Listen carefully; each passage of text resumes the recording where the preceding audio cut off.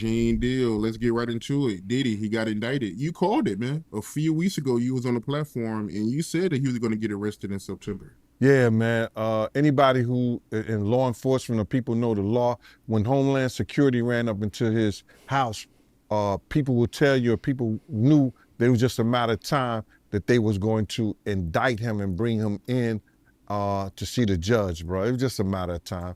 I just figured out with the grand jury and their different sessions and stuff like that, and then what one of the witnesses told me, I just figured it out that it was going to be around September that they were going to bring him in, bro. People might not understand. It's difficult when you see a brother that has so much promise become an icon as far as in the music business and stuff that he did, to turn around and just tear his whole life down. But it's all because of his mentors and the people that trained him and taught him the music business. You know, it's all about the people who trained and taught him the music business, because Puff wasn't, he wasn't born a monster. You know what I'm saying? He was made into a monster, brother. Do you understand what I'm saying?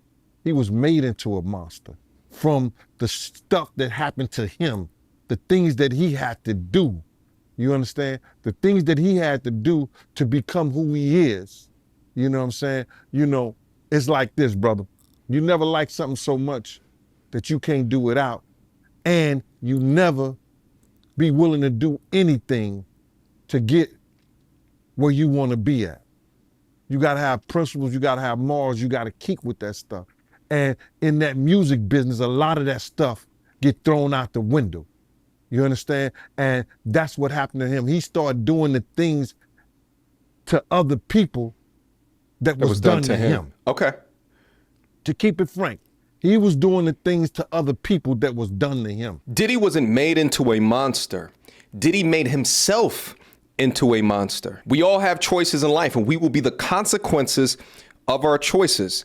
Diddy made his choice. He could have stepped away, but he didn't, and became an active perpetrator to those within his own community. And for that, unforgivable. There are plenty of people with stories of being tortured, whether it be in their childhood, to having weird things done to them within the entertainment business, and they did not become perpetrators. And while it's still good to identify the root cause of his evilness, we cannot allow accountability to slide onto others.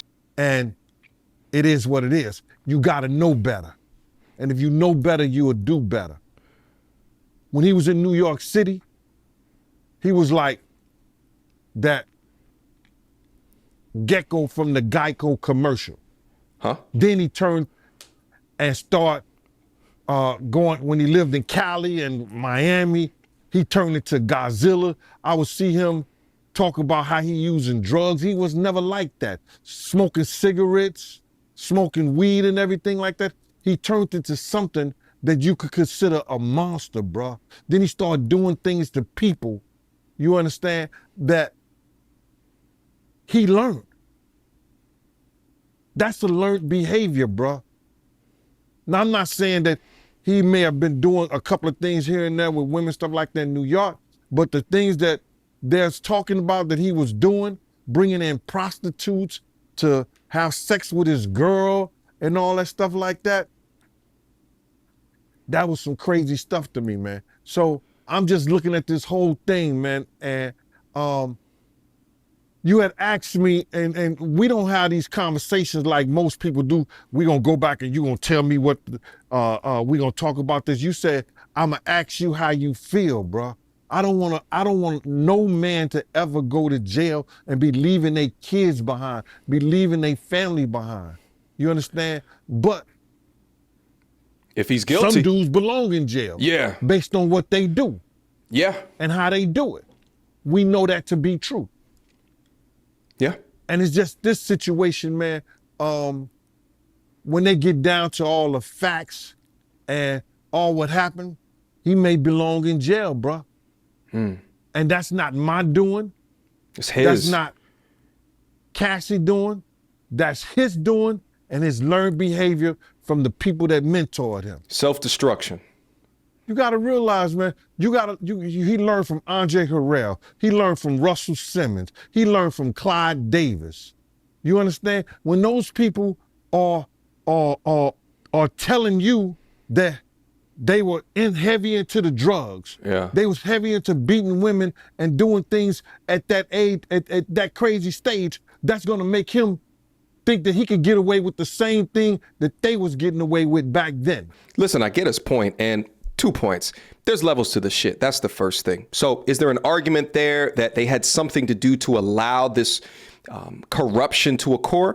Absolutely. But there is something deep-seated and downright evil within Diddy to take it this far, continue to take it this far. And I appreciate Gene naming and shaming all of these weirdos because they perpetuate the debauchery that continues to split up communities and families. But morality and values as a man, men that have this cannot be swayed, cannot be altered. There is no amount of money that you could place into the room, and the stop gate for that money is booty hole gay like, there is no amount of money in the world. I would never be a part of no shit. And I would argue that Gene would never want to be no part of that shit. But Diddy loved that shit. He loved to take that.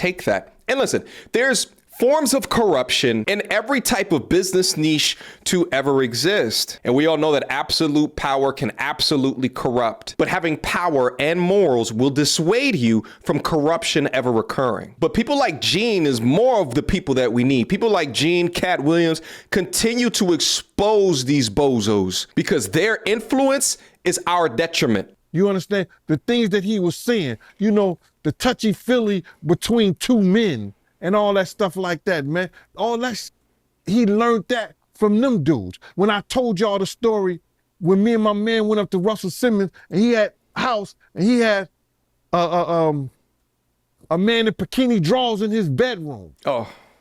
In his bed. You understand? Bruh, this is that he learned. I'm assuming he learned it from them. Let me put that. And I'm not going to say alleged because I saw that for my own self. My man was with me, Slick was with me, and we saw that for our own self.